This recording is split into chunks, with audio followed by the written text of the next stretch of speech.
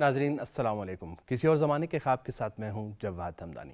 ناظرین، ہم نے اس سے پہلے پروگراموں کو جو سلسلہ ہے اس میں مختلف ادیان اور ان کے درمیان باہمی تعلق کے حوالے سے بات کی، اور یہ کہ کس طرح سے مختلف عقائد کے پیروکار کس طرح سے پرامن بقائے باہمی کے ساتھ آپس میں رہ سکتے ہیں۔ اسی بات کو اگر تھیورائز کیا جائے اور نظریہ سازی کی جائے تو ایک نظریہ جو کہ باقاعدہ اس حوالے سے گزشتہ صدی میں بہت مقبول ہوا وہ ہے ریلیجس پلورلزم، یا دین کی کثرت یا مختلف ادیان کا ہونا، کہ یہ آپس میں کس طرح سے پرامن طریقے سے رہ سکتے ہیں، اور اس کی کچھ تھیوریٹیکل گراؤنڈز بھی ہیں۔ آج ذرا ہم کوشش کریں گے کہ ریلیجس پلورلزم کو سمجھیں اور اپنے فاضل مہمان کے ساتھ اسی موضوع کو آگے بڑھائیں۔ جناب ظفر اللہ خان صاحب، آپ کی تشریف آوری کا بہت بہت شکریہ، خوش آمدید۔ ریلیجس پلورلزم گزشتہ صدی میں بڑا ایک ابھر کر فلسفہ دین میں موضوع آیا، اور اس کا بنیادی تھیسس یہ ہے کہ ادیان حق ہیں اور ان کے پیروکار برحق ہیں۔ ذرا میں چاہوں گا کہ اس کی وضاحت فرما دیں کہ بنیادی طور پر ریلیجس پلورلزم کیا کہنا چاہتا ہے۔ بسم اللہ الرحمن الرحیم، رب اشرح لی صدری ویسر لی امری۔ مذہب اتنا بڑا فیکٹر ہے، عنصر ہے، کہ مذہب کے ماننے والے ہوں یا مذہب کے مخالف ہوں، دونوں اس کو زیر بحث لاتے ہیں۔ اس سے جان نہیں چھوٹ اس کی اہمیت سے انکار نہیں کر سکتے آپ۔ ہم تو ویسے نہیں کرتے، ان کی بھی جان نہیں چھوٹتی، کیونکہ وہ بھی اس کو ایڈریس کیے بغیر آگے نہیں چلتے۔ آج کے جو بڑے ایتھیسٹ ہیں جیسے وہ بھی رچرڈ ڈاکنز ہیں، وہ بھی آئیں گے ادھر ہی، مذہب کے اوپر انہیں بات کرنی مجبوری ہے ان کی، وہ کھڑا جو ہے ریئلٹی ہے۔ میں کہنا تو یہ چاہتا ہوں، اس بات سے سمجھانا یہ چاہتا ہوں کہ مذہب ایک حقیقت ہے، بھلے ان کے ہاں یہ وہمہ ہو، بھلے ان کے ہاں یہ ڈیلوژن ہو، حقیقت اس لیے ہے کہ انسانیت کی اکثریت اس بات کو مان رہی ہے نا، عمل بھی کر رہی ہے، مان بھی رہی ہے، تو اس کو آپ جان تو نہیں چھڑا سکتے اس بات سے۔ پرابلم جو پچھلی 2-3 صدیوں میں آئے ہیں، دو پیرلل نظریے ہیں۔ ایک نظریہ تو یہی ہے کہ دین کی کثرت ہے، تکثیریت ہے، پلورلسٹک ہے، زیادہ دین ہے ایک وقت میں۔ ایک وہیں اور نظریہ بھی بہت پھیلا ہوا ہے، جو پاکستان میں بڑی ڈیبیٹ بھی ہوئی ہے، اس پہ بڑی ایل انفارم ڈیبیٹ ہوتی ہے۔ وہ کہتے ہیں کہ سارے مذاہب ہیں ہی ایک، وحدت ادیان۔ وحدت ادیان۔ آپ کہہ رہے ہیں تکثیر ادیان کی، اختلاف ادیان کی، کہ وہ سارے حق ہیں۔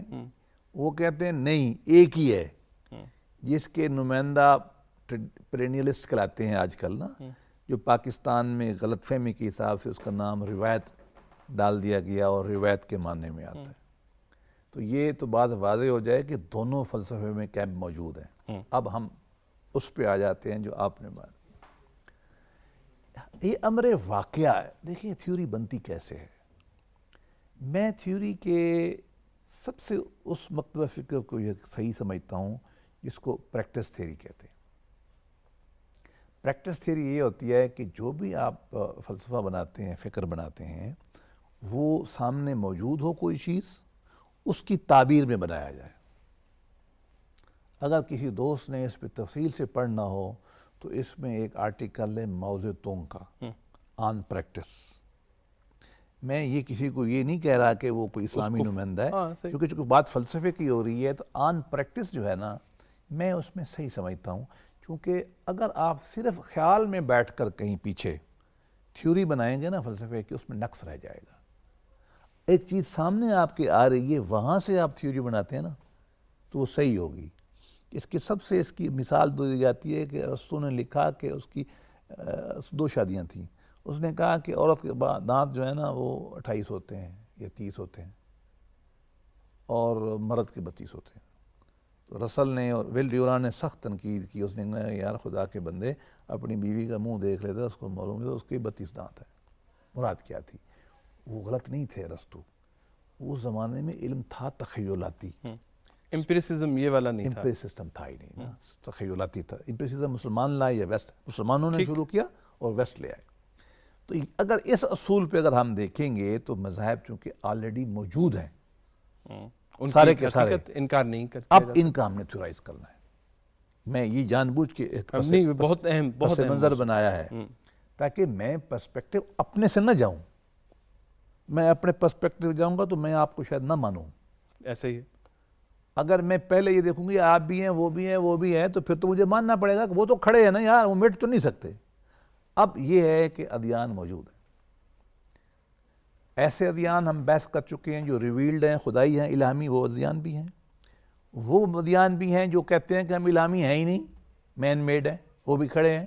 اور ایسے مذاہب بھی کھڑے ہیں جن کو پتہ ہی نہیں ہے وہ کون ہیں, جو پریمیٹیو مذاہب ہیں نا, وہ بھی کھڑے ہوئے ہیں. تو یہ آپ کے سامنے ایک موزیک کھڑا ہوا ہے, اس کو دیکھ کے اب آپ کو بات کرنے پڑے گی. اب ان کے بارے میں بہتر رویہ کیا ہے؟ بہتر رویہ یہ ہے کہ ایک اپنے آپ کو تو مان ہی رہا ہے نا, مذہب دوسرے کو بھی مانے, تیسرے کو بھی مانے. ایک سوال جو اس سے بہت جڑا ہوا وہ یہ ہے کہ جو اس حق میں ہیں ریلیجس پلورلزم کے, وہ یہ کہتے ہیں کہ یہ ادیان کا ایک سے زائد ہونا اور ان کا متکثر ہونا منشأ الہی ہے. قرآن مجید یہی کہتا ہے. قرآن مجید کا یہ ارشاد باری تعالیٰ ہے کہ فلاں فلاں فلاں فلاں سارے مختلف ہیں, ہم نے بنائے ہیں. اور دلیل بھی دی ہے قرآن نے, اور بڑی کامن سینسیکل دلیل ہے, کوئی فلسفیانہ دلیل قرآن نے نہیں دی. قرآن مجید نے فرمایا ہے کہ ہم نے چاہا, کائنات کے نظام پہ ہم نے ایک رائے مسلط کر دی اور وہ اس کے مطابق چل رہے ہیں. ہم اگر چاہتے تو ہم دنیا میں ایک ہی مذہب بنا دیتے, لوگ مجبوراً چلتے, ہم نے نہیں بنایا. منشأ خداوندی ہے کہ مختلف ادیان قائم رہے, اور اس کی وجہ بالکل وہی ہے کہ اللہ نے انسان کو بنایا ایسے ہے کہ پورا انسان ایک بات پہ اکٹھا نہیں ہو سکتا. اس کی بنیاد فطرت انسانی ہے, منشأ خداوندی یہی ہے. اب ہمارے ہاں اس پہ بڑی ڈیبیٹ کی گئی ہے قرآن پاک کی اس آیت پہ. میری بھی اپنی ایک تعبیر ہے, ہم اپنی بڑی روایت سے ہٹتے نہیں ہیں, ہم بھی کہتے ہیں ہمارے علماء نے تعبیر کی ہے, ٹھیک کی ہے. اب تھوڑا آج کل ہم گڑبڑ کر سکتے ہیں. تو یہ منشأ ازدی ہے کہ یہ لوگ رہیں گے, اور یہ انسانی فطرت کا تقاضا ہے. اگر اس کو نہیں مانیں گے تو آپ انسانیت کی نفی کرتے ہیں. لیکن ساتھ ہی ساتھ ہم ایسی آیات بھی ہمارے سامنے ہیں جو غلبہ دین کی بات کرتے ہیں کہ خدا اپنا دین سب کے اوپر غالب کرے گا. تو ان آیات کو پھر کیسے آپ ان کی تفسیر کیا کریں گے؟ دونوں معنی ہیں. اگر اللہ نے سارے دین بنائے ہیں تو جب اللہ کے سارے دین ہیں تو جب غلبے کا مفہوم آئے گا تو ہر آدمی اپنے معنی میں لے گا. وہ بھی تو اللہ کا دین ہے نا. ایک بات ہم اس کی تعبیر اور کرتے ہیں. ہم اس کی تعبیر یہ کرتے ہیں کہ یہ سارے مذاہب ٹھیک ہے, ہم نے جو ہم سمجھتے ہیں یہ ایڈوانس ورشن ہے. ہر کتاب چھپتی ہے نا, ایڈیشن آتے رہتے ہیں, ایڈوانس ایڈیشن ہے. ہم نے جو بات کی کہ ابراہیم علیہ السلام کا یہ مذہب ہے, اس کا ایک ایڈیشن موسیٰ علیہ السلام لے آئے, ایک ایڈیشن عیسیٰ علیہ السلام لے آئے, ایک ایڈیشن نبی کریم صلی اللہ علیہ وسلم لے آئے, ایک ہماری رائے میں وہ کمپلیٹ ہو گئی, ختم نبوت کے بعد فل سٹاپ. ہم یہ سمجھتے ہیں کہ یہ ورشن جو ہے دین کا یہ فائنل ہے, اس کو ہم نے دنیا تک پہنچانا ہے, پھیلانا ہے. دیکھیے اگر تو ہم اس کا یہ مفہوم لیتے ہیں کہ ہماری رائے میں اچھا ہے, ہم نے لوگوں کو پھیلانا ہے, اور غلبے سے مراد یہ لوگوں کو ہم نے سمجھانا ہے, ملانا ہے, اس میں کیا پرابلم ہے؟ اگر اس کا معنی ہم یہ لیتے ہیں کہ ہم نے لوگوں کو گردن اڑانی ہے, اگر ہماری بات نہیں مانیں گی تو ناجائز ہے. قرآن نے نہیں کہا, یہ حضور سبیل ربک بالحکمت کہا ہے نا, حکمت سے موعظۃ الحسنہ کہا ہے, اچھی بات سمجھاؤ. تو غلبے سے مراد یہ سادہ لفظوں میں جمہوریت ہے.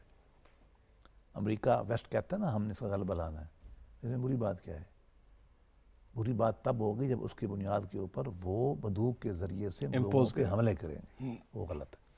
اس کی فلسفی جو بنیادیں ہیں ان میں سے ایک یہ بات بھی ہے ریلیجس پلورلزم کے حوالے سے, وہ یہ کہتے ہیں کہ ہمارے پاس کچھ ایسے دلائل موجود ہیں جو کہ برابر کی طاقت رکھتے ہیں.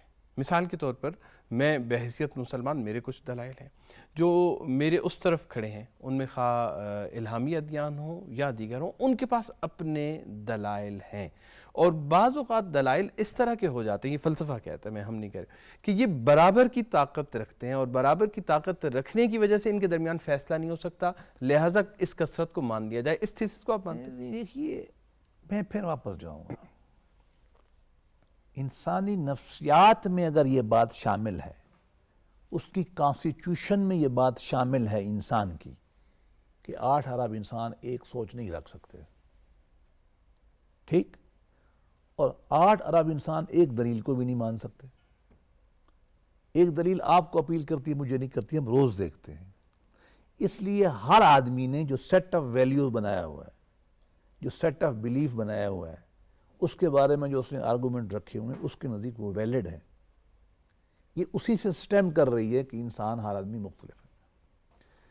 میرے پاس میرے فلسفے کے، میرے مذاہب کے سیٹ آف آرگومنٹس ہیں، میں صحیح سمجھتا ہوں۔ عیسائی ہے، اس کے پاس ایک سیٹ ان آف کا اپنا علمی کلام ہے پورا، ہندو کا اپنا ہے۔ میں یہ تو کہہ سکتا ہوں کہ میری روایت کے مطابق میں بہتر ہوں، میری روایت کے مطابق آپ کم درجے پہ ہیں میرے حساب سے، ٹھیک، یا آپ کی دلیل کافی نہیں، مجھے مطمئن نہیں کرتی، مجھے مطمئن نہیں کرتی۔ اس کو بھی یہی حق حاصل ہے۔ یہی بات ہے جس کو میں بار بار کہتا ہوں، 2 وجہ سے۔ بیک سے جائیں گے تو انسانی فطرت سے اٹھی ہے یہ جو خدا نے بنائی ہے۔ دوسری طرف سے میں کہوں گا کہ خدا نے خود مظاہر کی تکثیریت کو قبول کیا، اور ہمارے آقا نبی کریم صلی اللہ علیہ وسلم کی یہ جو حدیث ہے نا، جو نجران کے وقت ہے، جو میں بارہ سناتا ہوں، جو قرآن مجید نے نقل کی ہے، آپ کا عمل، تعالوا الی کلمۃ سواء بیننا و بینکم، آؤ آپ اور ہم ان باتوں پہ اکٹھے ہو جائیں جو آپ ہمارے درمیان مشترک ہیں۔ یہ بات بتا رہی ہے کہ اللہ کے نبی نے کہا ہے کہ آپ کے ہاں بھی، آپ کے دین میں بھی صداقت موجود ہے۔ کچھ چیزیں جو آپ اور میرے درمیان کٹھی آیا، ہم ان پہ کٹھے ہو جائیں۔ تو اللہ کے نبی بھی تکثیت مان رہا، قرآن مجید بھی کہتا ہے لکم دینکم ولی دین، تمہارا میرے لیے، میرا تمہارے لیے۔ اور ہمارے مسلمانوں کا پورا عمل تاریخ میں یہی رہا ہے کہ ہم نے اس بات کو قبول کیا ہے، جس کی وجہ سے استثناء کے علاوہ یہودی اور عیسائی ہماری حکمرانوں میں بڑے خوش رہے، اور ہندوستان میں اگر مسلمان تکثریت کو نہ مانتے تو آج وہاں مسلمان ہی مسلمان ہوتے، ہندو نہ ہوتے۔ ہم نے وہاں بھی قبول کیا، تو عمل بھی ہمارا یہی ہے، انسانیت کا عمل بھی یہی ہے۔ اس کے علاوہ دنیا میں فتنہ اور فساد ہو۔ اچھا، وحدت ادیان کے جو پیروکار ہیں اور دوسری طرف ہم کثرت ادیان کے جو پیروکار ہیں، بظاہر جیسے آپ نے بھی کہا، ایسے نظر آتا ہے کہ 2 مختلف پوزیشنز پہ ہیں، لیکن اگر نتیجہ دیکھا جائے تو ایسا نہیں لگتا کہ دونوں اصل میں روح میں شاید ایک ہی بات کر رہے ہیں؟ وہ یہ کہہ رہے ہیں کہ ایک ہی دین ہے اصل میں، اور سارے ادیان ان کی روح ایک ہے، جبکہ یہ کہہ رہے ہیں کہ نہیں، بہت سارے ہیں اور سارے ہی صحیح ہیں۔ ایک درجے میں یہ بات صحیح ہو سکتی ہے، لیکن ایک درجے میں صحیح نہیں ہو سکتی۔ یہ جو پرینیلسٹ ہے نا، جو یہ کہتے ہیں کہ سارے ادیان کی وحدت ہے، جو روایت ایک ہی مانتے ہیں، اس میں پرابلم پیدا ہو جاتا ہے۔ اچھا، ہاں، وہ پرابلم یہ ہے کہ جو ڈیفرنٹ مذہب کی آئیڈینٹیٹیز ہے نا، یہ اس کو چیلنج کرتے ہیں، جو میرے خیال میں غیر فطری ہے۔ جو فارم آف ریلیجن ہے وہ اس میں چیلنج ہو جاتا ہے، چیلنج ہوتا ہے، وہ رہنا چاہیے۔ میرا ذاتی خیال یہ ہے کہ انسان کے لیے ممکن نہیں ہے کہ سارے انسان ایک سوچ پہ آ جائیں، چونکہ میری نفسیات کی تعبیر یہی ہے نا کہ سارے انسان ایک جیسے نہیں ہیں، ایک انسان دوسرے انسان سے نہیں ملتا۔ اگر میرا یہ انگوٹھا نہیں ملتا، فنگر پرنٹ میرا الگ، اگر میرا منہ نہیں ملتا 8 ارب کا، میرا دماغ بھی نہیں ملتا، کیسے ملے گا دماغ؟ میری سوچ کیسے ملے گی؟ میں یہ کہتا ہوں کہ ڈیفرنٹ مظاہر جو ہے نا مذہب کے، یہ لازم ہے اور یہ حسن ہے۔ میرا ویو بالکل الٹ ہے، میں کہتا ہوں ساری دنیا میں ایک جیسے ہوتا نا، مزہ نہیں آنا تھا۔ مزہ تب ہے نا اپنے اس رنگا رنگی میں، مزہ اللہ کی طرف سے، وہ بھی اللہ کو مانتا ہے، وہ بھی اللہ کو مانتا ہے، وہ بھی اللہ کو مانتا ہے، مانیں، یہ مظاہر رہیں۔ میں انگریزی میں ایک فقرہ کہنا چاہتا ہوں، اردو میں ترجمہ آپ کر لینا، یہ ابھی میرے ذہن میں آ رہا ہے کہ this difference of religion is expression of human psyche، یہ انسان کی نفسیات کا اظہار ہے، صحیح، اور اس کو رہنے دیں، اور اس میں اسی کو قبول کریں، اس کو حسن سمجھیں، اس کو نقص نہ سمجھیں، اس کو خدا کی تائید سمجھیں، خدا کا منشا سمجھیں جو قرآن نے واضح کیا ہے، اور اس کو آپ قبول کریں گے تو بھائی چارہ بڑھے گا، اس میں محبت بڑھے گی آپس میں، اس سے انسان میں تنوع ہوگا، اس میں رنگا رنگی پیدا ہوگی، اس میں شغل آئے گا، میلہ لگے گا۔ تو اچھا ہے نا انسان کے لیے. یعنی بات ہے کیا ہی اچھا ہو کہ ایک باغ جو ہے اس میں 100 مختلف پھول ہوں. رنگوں کے پھول ہوں بجائے اس کے کہ ایک 100 ہی رنگ پھول. کا پھول. اس کا نام میں رکھتا ہوں 100 پھول. ٹھیک. آپ کو بوکے پسند نہیں ہے؟ ہر انسان دنیا میں سفید کپڑا پہن لے تو آپ کیا کہیں گے یار بور ہو گئے. آپ نے نیلا پہنا ہوا ہے, میں نے سفید پہنا ہوا ہے, اس میں حسن ہے. اس نے دیکھو وہ خاکی پہنا ہوا ہے, وہ دیکھیں اس نے بیج پہنا ہوا ہے. آپ ہر ایک کو کیسے ایک طرح کرنا چاہتے ہیں؟ یہی میرے خیالات ہیں. پرابلم کیسے پیدا ہوتا ہے؟ پرابلم یہی پیدا ہوگا کہ آپ کہیں نیلے کے علاوہ سارے غلط ہیں, میں کہوں وائٹ کے علاوہ سارے غلط ہیں. یہ غلط ہے. میں سب کو مانوں, وہ مجھے مانے, اور ہم آپس میں کو ایگزسٹ کریں, پیسفل کو ایگزسٹنس کریں. جو اللہ کے نبی نے قرآن پاک کی زبان میں ارشاد فرمایا, وہ اکٹھے ہو جاتے ہیں ان معاملات میں, اور اللہ کے نبی نے اکٹھا کر کے دکھایا. ہمارے مسلمانوں نے اکٹھا. یار دیکھو, ہمیں جب مارا فرڈیننڈ اور ایزابیلا نے اسپین میں, جب مسلمانوں کو ریکنکوسٹ میں انکوزیشن میں ختم کیا, وہاں کے عیسائی بھاگ کے, یہودی بھاگ کے کہاں گئے تھے پتہ ہے آپ کو؟ استنبول میں. یہاں ہماری حکومت تھی, کون سی تھی؟ عثمانوں کی. عثمان جسے کہتے ہیں. آج کل لوگوں کو تورل بڑا یاد ہے. سارے وہاں سے بھاگے عیسائیوں کے ظلم سے بچ کے, آ کے پناہ گزین کہاں ہوئے؟ ہمارے استنبول میں, اور آج تک وہاں رہ رہے ہیں. اور انہوں نے وہاں ترقی بھی کی, اور وہاں سے پھر مغرب میں علم بھی منتقل انہوں نے کیے. ہم نے تو کچھ نہیں کہا, ہم کیوں کچھ کہیں؟ میری بات سنیں, اگر ہم میں جان بوجھ کے کہتا ہوں کہ مسلمانوں کے دماغ میں سوال پیدا ہوتے ہیں, اس لیے بالکل بالکل. بات یہ ہے, اگر آپ نے کسی عیسائی کو, یہودی کو مسلمان بھی کرنا ہے تو پیار سے کریں گے یا ڈنڈے سے کرنا ہے؟ ڈنڈے سے مانے گا کون؟ آپ ان کے دین کو مانیں.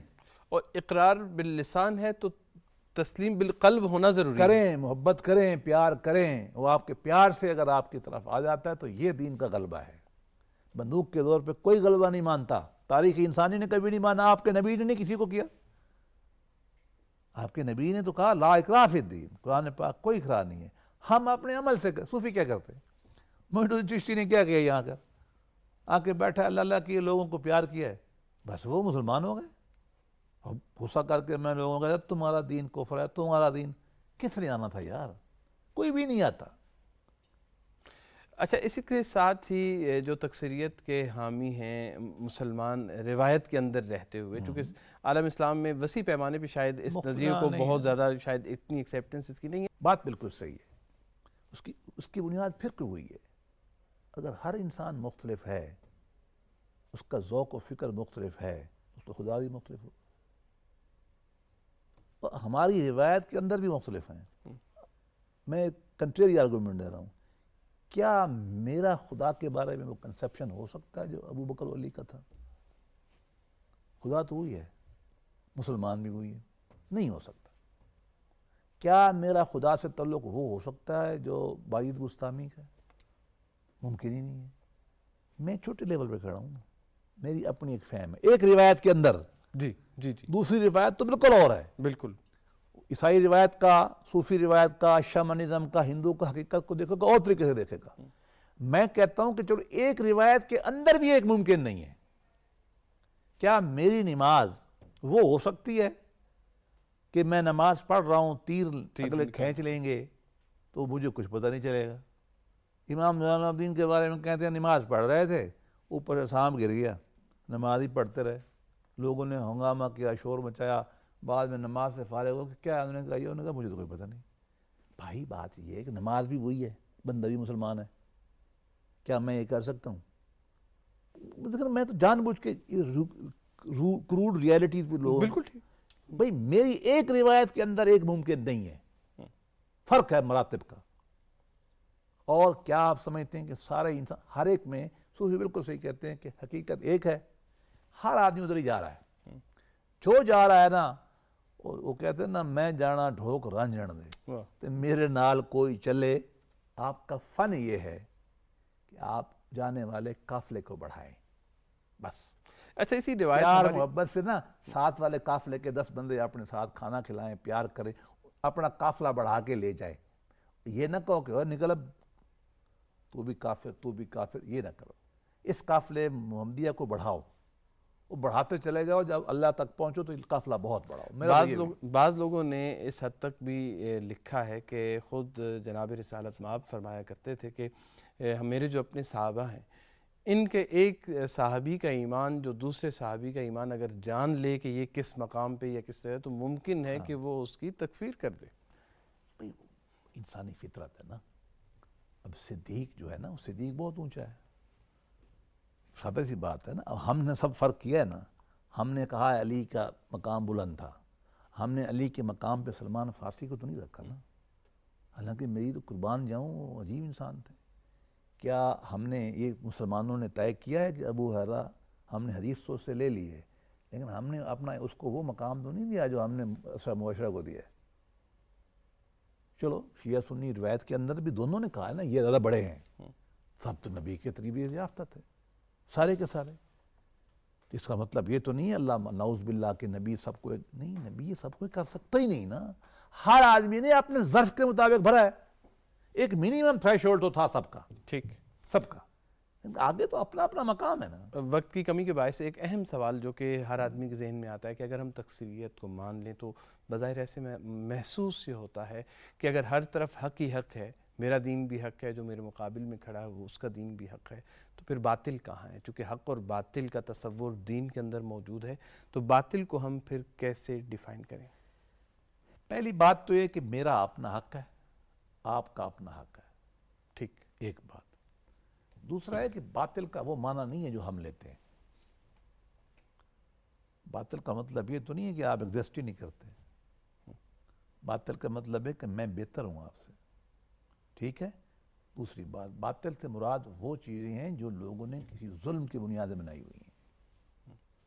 ہر مذہب میں کچھ غلط بات ہو سکتی ہے. فرض کیا آج کا ایک مذہب کہتا ہے میں تو قربانی انسان کو کاٹ کے دوں گا، ہم کہیں گے یہ باطل ہے، یہ نہ کرو. ایک مذہب کہتا نہیں میں تو عورتوں کو حقوق بھی نہیں دیتا، ہم کہیں گے یہ باطل ہے. ایک آ گیا وہ کہتا ہے بس بڑے بیٹے کو ہم ساری جائیداد منتقل کریں گے. یہ دنیا میں ہوا ہے نا، ایسے ہی مذہبوں میں ہے. میں وقت نہیں مثالیں نہیں دے سکتا. یہ باطل ہے، ٹھیک ہے. یا ستی چیزوں میں وہ کہتی ہے میں نے خامن برا میں مر جاؤں گا، ہم کہیں گے یہ باطل ہے. مراد اس کی یہ ہوتی ہے، اس سے مراد سارا دین باطل نہیں ہوتا. تو ان چیزوں کو نرم طریقے سے لینا چاہیے. صحیح. اگر ہم ایک دوسرے کو باطل کہہ رہے ہیں تو وہ بھی ہم ان کو بھی کہہ سکتے ہیں، وہ ہمیں بھی کہہ سکتے ہیں. مراد اس سے غلط بات کا غلط ہونا ہے. اس سے مراد دیکھو نا، میں آپ سے ایک بات کو اتفاق نہیں کرتا، اس کا مطلب یہ نہیں اب سارے تو باطل نہیں ہوگا نا یار. آپ اس بات میں بدل کھڑے ہیں، ایک خاص نقطہ نظر پہ ایک خاص جزوی طور پر باطل ہو سکتا ہے. مختصراً ایک سوال جو ہے وہ یہ کہ ایک سادہ سی مثال، بڑی امپیریکل اگزامپل، مسجد اقصی قبلہ اول، 3 ادیان ہیں، تینوں کا کلیم ہے کہ یہ ہماری ہے. یہاں پر حق اور باطل کا کوئی رستہ، کوئی ایسا درمیانی رستہ نکل سکتا ہے ریلیجس پلورلزم کو مد نظر رکھتے ہوئے یا نہیں؟ یہاں پر سب اپنے اپنے حق پر سے قائم. فیکچولی غلط ہے یہ بات. ہاں، مسجد اقصی کے اوپر کلیم کسی کا نہیں ہے، وہ ہمارا ہے. صرف ان کا کلیم ہیکل سلیمانی پر ہے. اچھا، یہ ہمیں بھی پہلے پتہ نہیں تھا. یہ احاطہ ہے نا، یہ پورا، یہ اس کو ماؤنٹ کہتے ہیں جو ایک پہاڑی ہے جہاں جھگڑا نا، اس کے سینٹر میں ایک آپ کو نا بلڈنگ نظر آتی ہے جس پہ پہلے کاشی کی ہوئی ہے، اوپر گولڈن ڈوم ہے. یہ مسجد اقصی نہیں ہے. مسجد اقصی اس سے اس طرف جو ہے ادھر ایک کونے پر ہے، ٹھیک ہے. وہ اس پہ کوئی پرابلم نہیں ان کا.